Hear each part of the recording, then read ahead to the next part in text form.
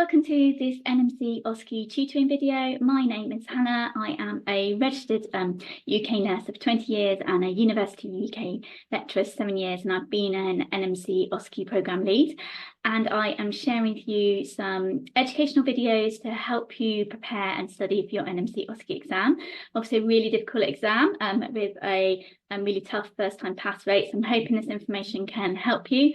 I led a really successful NMC OSCE training program for a local trust and had really good success rates. So I'm hoping these videos will help you when you're studying at home. It's obviously really expensive to do your exam and also be expensive to go to a training centre as well. So I'm sharing with you my top tips and advice. Please like and subscribe my videos and share them with your friends or any OSCE forum groups that you're in as well.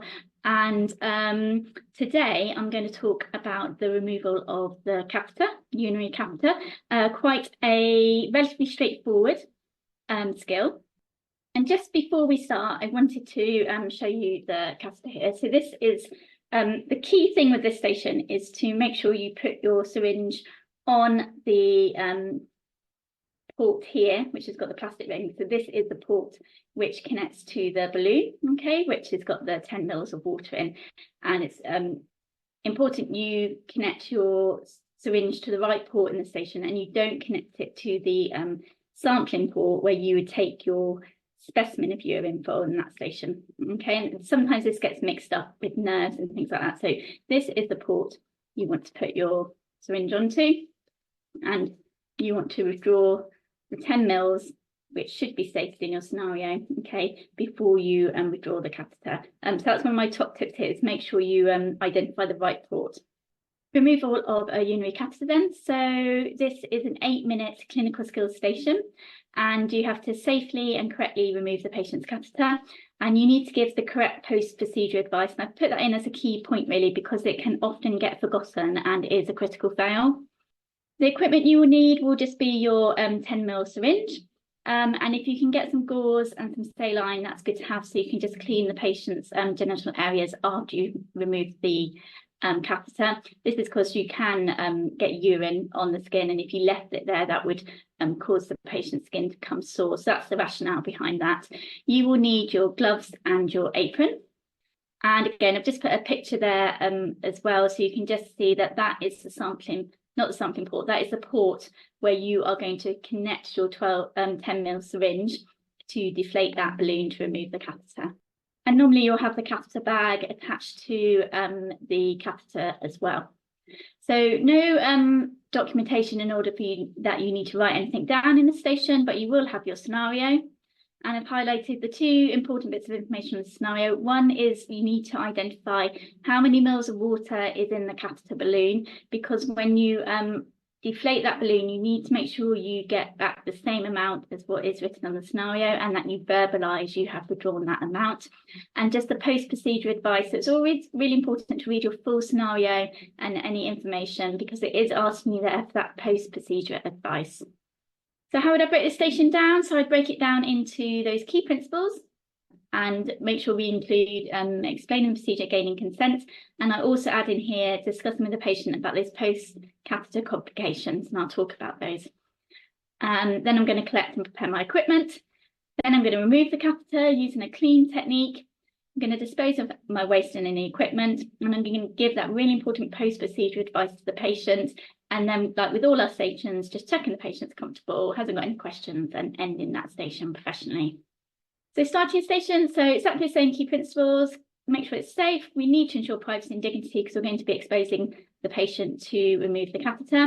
You need to decontaminate your hands before patient contact, like with all our stations. So decontaminating your hands using the World Health Organization 7 steps.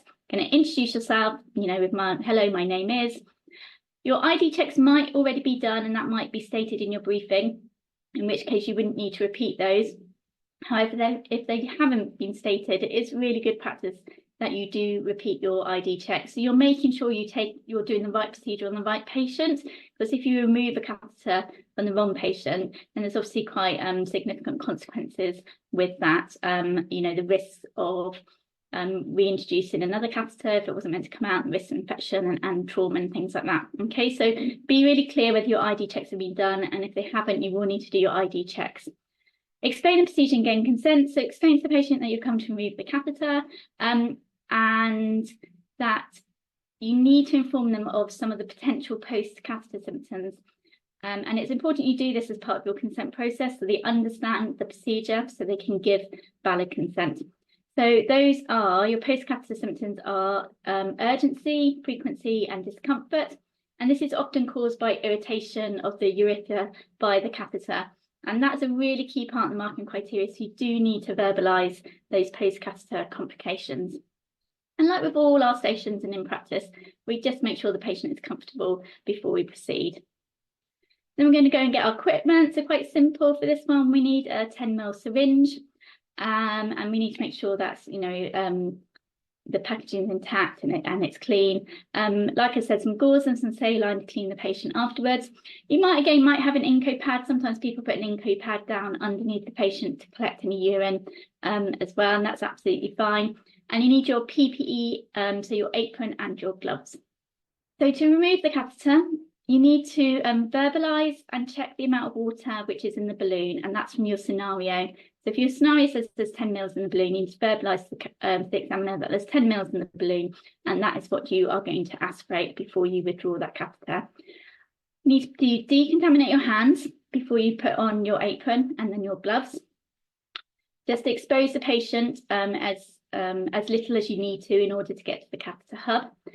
As well, check and make sure that the patient's genital areas look clean.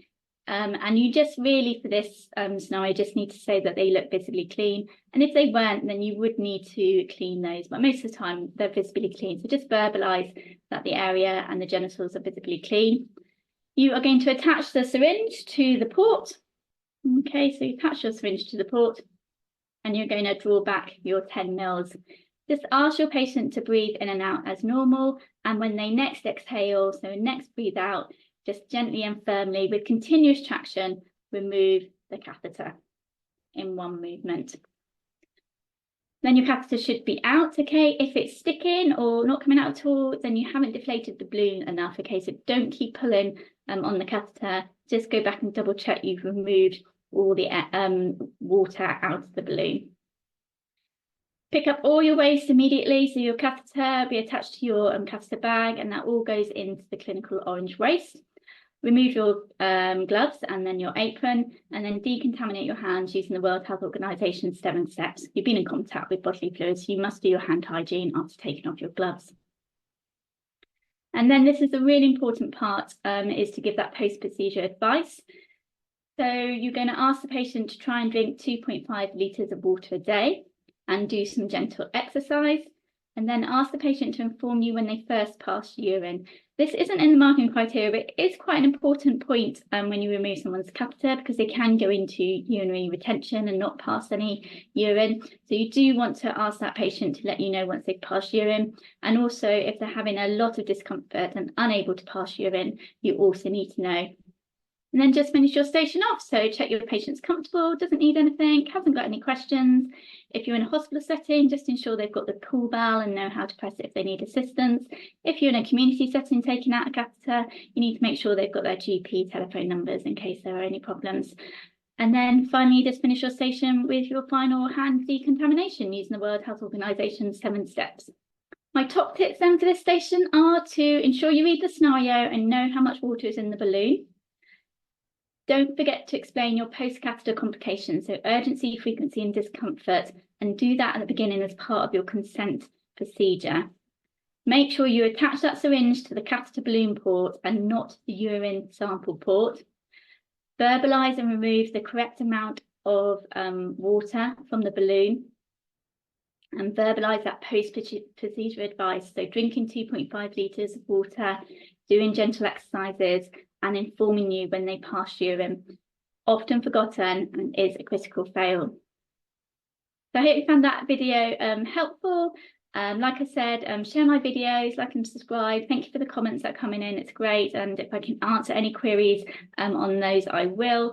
I offer one-to-one tutoring for the OSCE or small groups. So if there's a small group of you and you want to do it together as a group, I can do that. You get access to all my teaching materials, and you can be really flexible, fitting around work, childcare, sessions such as that. Or maybe you are practicing by yourself, which is brilliant, and you just want, one session maybe just to ask some questions or potentially do a mock OSCE. Again, I can be really flexible with things like that. So it's not like being tied into a large training centre course. You can email me on hannah.lanes@outlook.com or visit my Facebook page, Nurse Tutor, Tutoring with Hannah, and also my Instagram page.